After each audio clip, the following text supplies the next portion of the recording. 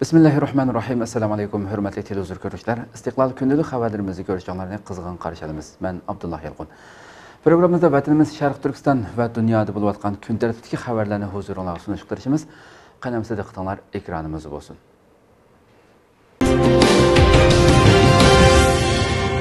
Fransiya Xitoydan kelgan yomon g'arazlik tor hujumidan ogohlantirdi.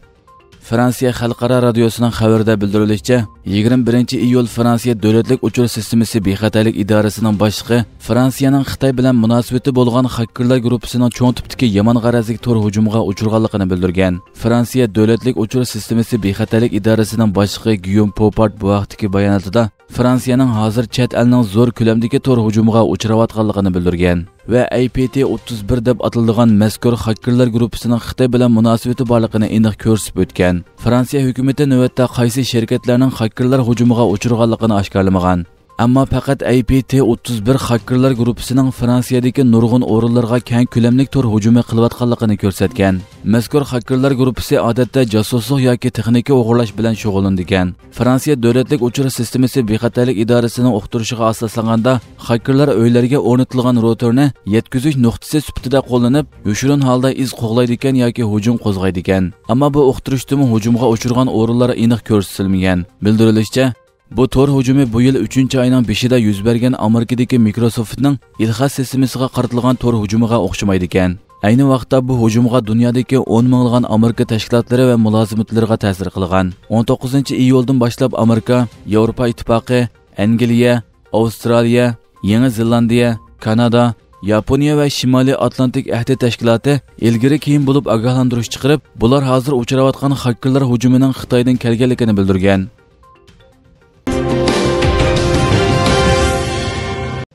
Birleşme Agentliği muxbirlari Urumchidagi yana bir jazo lagerini jazmlashtirdi. Bir necha oy ilgari Amerika Birleşme Agentliği muxbirlari Urumchidagi 3-tutib turish markazini ziyorat qilgan bo'lib, uning jazo lageri sifatida ishlatilganligini jazmlashtirgan. Amerika Birleşme Agentliğining muxbirlari bu yil 4-oyda az uchraydigan axborot faoliyatiga qatnashib, Davanchingdagi Urumchi 3-tutib turish markazini ziyorat qilgan. Ular tunji bo'lib Xitoy tarafidan ziyorat qilishga ruxsat qilingan g'arb taratqusi bo'lish sifati bilan 22-iyul bu haqda maxsus xabar e'lon qilib, ziyorat jarayonini tunishtirgan. Xabarda oshkorlanishicha, muxbir taxminan 240 kamera bor mazkur tutib turish markazidagi kameralarda mahbus kiyimi kiygan Uyg'urlarning dog' yerda tik o'ltirib, televizordan Kompartiyaning tarixi bayon qilingan mazmunlarni ko'rayotganligini ko'rgan. Urumchi 3-tutib turish markazining ko'lami taxminan 900 ming kvadrat metrga yaqin bo'lib, dunyodagi eng chong tutib turish markazi deb qarashga bo'ldi ekan. Bildirilishicha, Xitoy amaldorlari bu o'rinda qancha kishining tutib turilganligini oshkorlashni rad qilgan. Birlashma Agentligi sun'iy hamroh suratlarga asosan bu o'rinda taxminan 10 ming odam qamalganligini mo'ljarlab chiqqan. Sun'iy hamroh suratlardan ma'lum bo'lishicha, Davanchingdagi mazkur tutib turish o'rni 2019-yili 1.65 kilometrga yaqin kengaytirilgan. Birleşme Agentliğining xabarida qayd qilinishicha, bu tutib turish o'rnining ko'lami Xitoyning yanada Sharqiy Turkistondagi Uyg'ur qatorliq millatlarni davomli zo'r ko'lamda tutqun qilishni planlayotganligini ko'rsatib beradigan.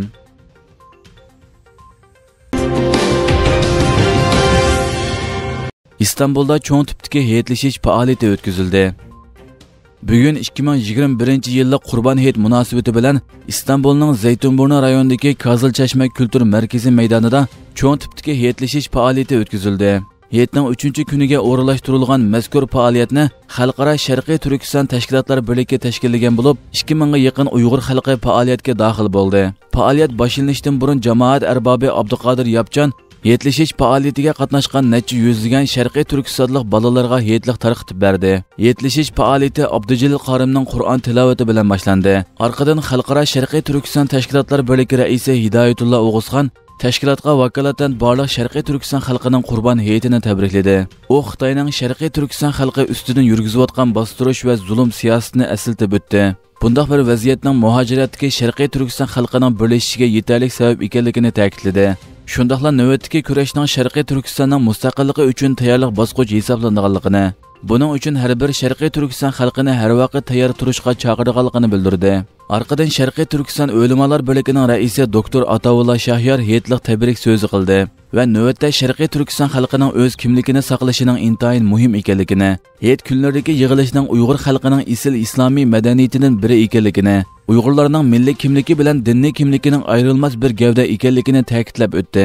Faoliyatga Sharqiy Turkiston masalasi uchun aktiv ovoz qo'shib kelayotgan Akit kanalining riyosatchisi Xolid O'zdemirmi qatnashgan bo'lib, oldi bilan barliq Sharqiy Turkiston xalqining Qurban hayitini tabrikladi. U so'zida muhojiratga Uyg'urlarning o'z mavjudligini saqlab qolishi va Sharqiy Turkiston davosini davomlashtirishi uchun o'z dini, urf-odati, tili va tarixidan iborat 4 muhim omilni qo'g'dishi va bilishi kerakligini, shundaqla ixtilofdan saqlanishi kerakligini qayd qilib o'tdi. Arqadan jamoat arbobi Abduqodir Yapchan so'z qilib, Xitoyning Sharqiy Turkiston xalqiga ijro qilayotgan assimilyatsiya siyosatlarining korga kelmaganligi sababli Uyg'urlarni tamoman yo'qotishni planlaganligini, bu sababli bir kunmi to'xtab qolmasdan zulmni davomlashtirayotganligini, Sharqiy Turkiston xalqining mustaqillik nishonidan qilcha tavramasligi kerakligini, shundaqla Xitoy ishg'oliyatchilarini Sharqiy Turkistonning qo'g'lab chiqarishni iborat deb tunishi kerakligini so'zlab o'tdi. Faoliyat oxirida Sharqiy Turkiston yangi nasl harakati a'zosi Ibrohimjon Sutuq Buraxon Vaqfi qizlar ta'lim-tarbiya markazidan bir necha qiz o'quvchi va boshqa ko'plagan bolalar hayit kuniga atab she'ri deklamasiya qilishdi. Oxirida hayitlashish faoliyati jamoat arbobi Abduqodir Yapchanning boshchiligidagi o'pchi duo bilan oxirlashdi.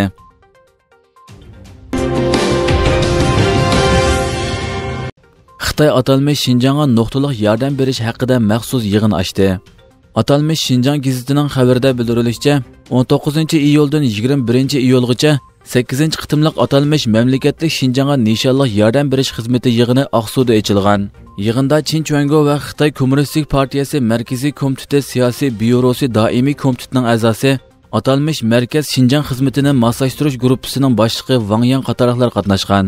Yig'inda tilga ilingan atalmış abadiy amillikka ta'sir yetkazadigan ziddiyat va masalalarni hal qilib, nishonliq yordam berishning unumini yanada o'stirish, aqliy jihatdan yordam berishni xizmatning muhim nuqtasi qilish, o'mak tashkillash shaklida kadrlar, ixtisosliklarni tanlab avatish, ularni qadrlab ko'ngil bilish qatorliq nuqtalar diqqat tortadigan bo'lib, Xitoylarni ixtisosliklar nomida Sharqiy Turkistonga davomli ko'plab yerlashtirish plani pardozlanib ifodalangan.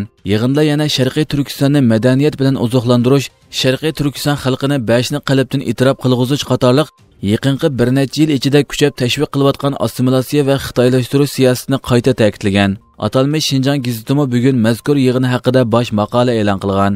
Kuzatuvchilar Xitoyning Sharqiy Turkistonga atalmış yordam berish xizmatining amaliyotda texmo ko'p Xitoylarni Sharqiy Turkistonga yerlashtirish va ishga o'rinlashtirish uchun bo'libli qolmay, yana Xitoy Sharqiy Turkistondagi irqiy qirg'inchilik jinoyati sababli turli xalqaro jazolarga duch kelayotgan bir paytda texmo ko'plagan shirkat korxonalarni qaytadan ilhomlantirish uchun ekanligini bildirishmoqda. O'zbekistonda prezidentlik saylami oktabrda o'tkazildi. Turkiya Ovoz radiosi xabarida bildirilishicha, O'zbekiston Markaziy saylam komitetining boshlig'i Sayniddin Nizam Xo'jayev axborot e'lon qilish yig'inida Markaziy saylam komitetining davlat prezident saylamining 24-oktyabr o'tkazilishi to'g'riliq qaror chiqarganligini, saylam safarbarlik harakatlarining bugundan e'tiboran boshlanganligini qayd qilgan. O'zbekiston parlamentining yuqori darajali tarmoqi bo'lgan Kengash palatasi umumiy kengashi bu yil fevral oyida 12-oyda o'tkazilgan prezident saylamini 10-oyda o'tkazish qonuniga tuzatish kirgizishni tasdiqlagan edi. Yangi belgilama bo'yicha ilgari 20-dekabrdan keyingi 1-yakshanba kuni o'tkaziladigan prezidentlik saylamining 20-oktyabrdan keyingi 1-yakshanba kuni o'tkazilishi qarorlashtirilgan. Prezident 5 yil vazifa o'tash uchun saylanadigan O'zbekistonda oldingi qitimliq prezidentlik saylami 2016-yil dekabrda o'tkazilgan. Bu qitimqi saylamda 3 raqibiga qarshi 88% ovozga erishgan Shavkat Mirziyoyev g'alaba qilgan edi. Kanada bosh ministri Kanadada islom dushmanligiga o'rin yo'q dedi.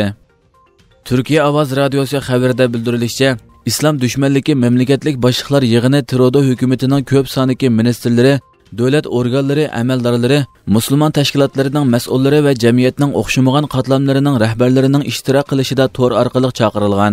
Justin Trudeau yig'indagi so'zida shuni aniq oydinlashtirishimiz kerakki, Kanadada islom dushmanligiga o'rin yo'q. Ammo bu dushmanlik bir kundala yo'qaydigan ish emas. Musulmon kanadaliklarni qo'g'dash uchun harakatga o'tishni davomlashtirganligimizni konkret yo'llar orqali bekitib chiqdik.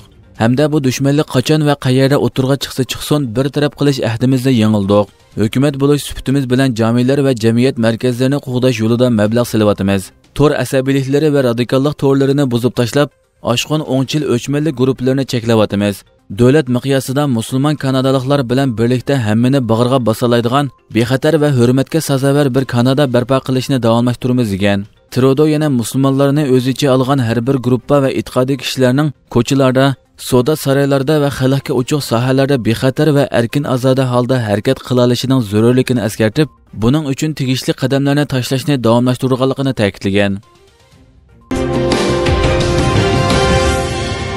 Turkiya ovozi radiosi xabarida bildirilishicha, Tokio vali mahkamasiga Xitoy virusi yuqumi to'g'riliq maslahatchi bo'lgan mutaxassislar yuqumlanuvchilar sonida ozish ko'rilmagan taqdirda avgust oyining boshlarida poytaxtning sog'lomlik ul aslahalarining xirisga duch kelganligini bildirgan.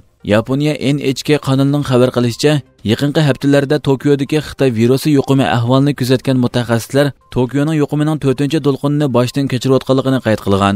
Hamda 22 avgustga qadar davomlashadigan jiddiy holat chekilmasining piyoda yurguvchilar aqini yetarli darajada azaytilmaganligini ta'kidlab, Olimpik tanharkat musobaqasiga o'xshash cho'ng faoliyatlar harakatchanligini oshirdi. Biz sirtda odamlarning nihoyatda ko'p ekanligini ko'ryapmiz. Bu yuqumning tarqalishini oshirdi degan.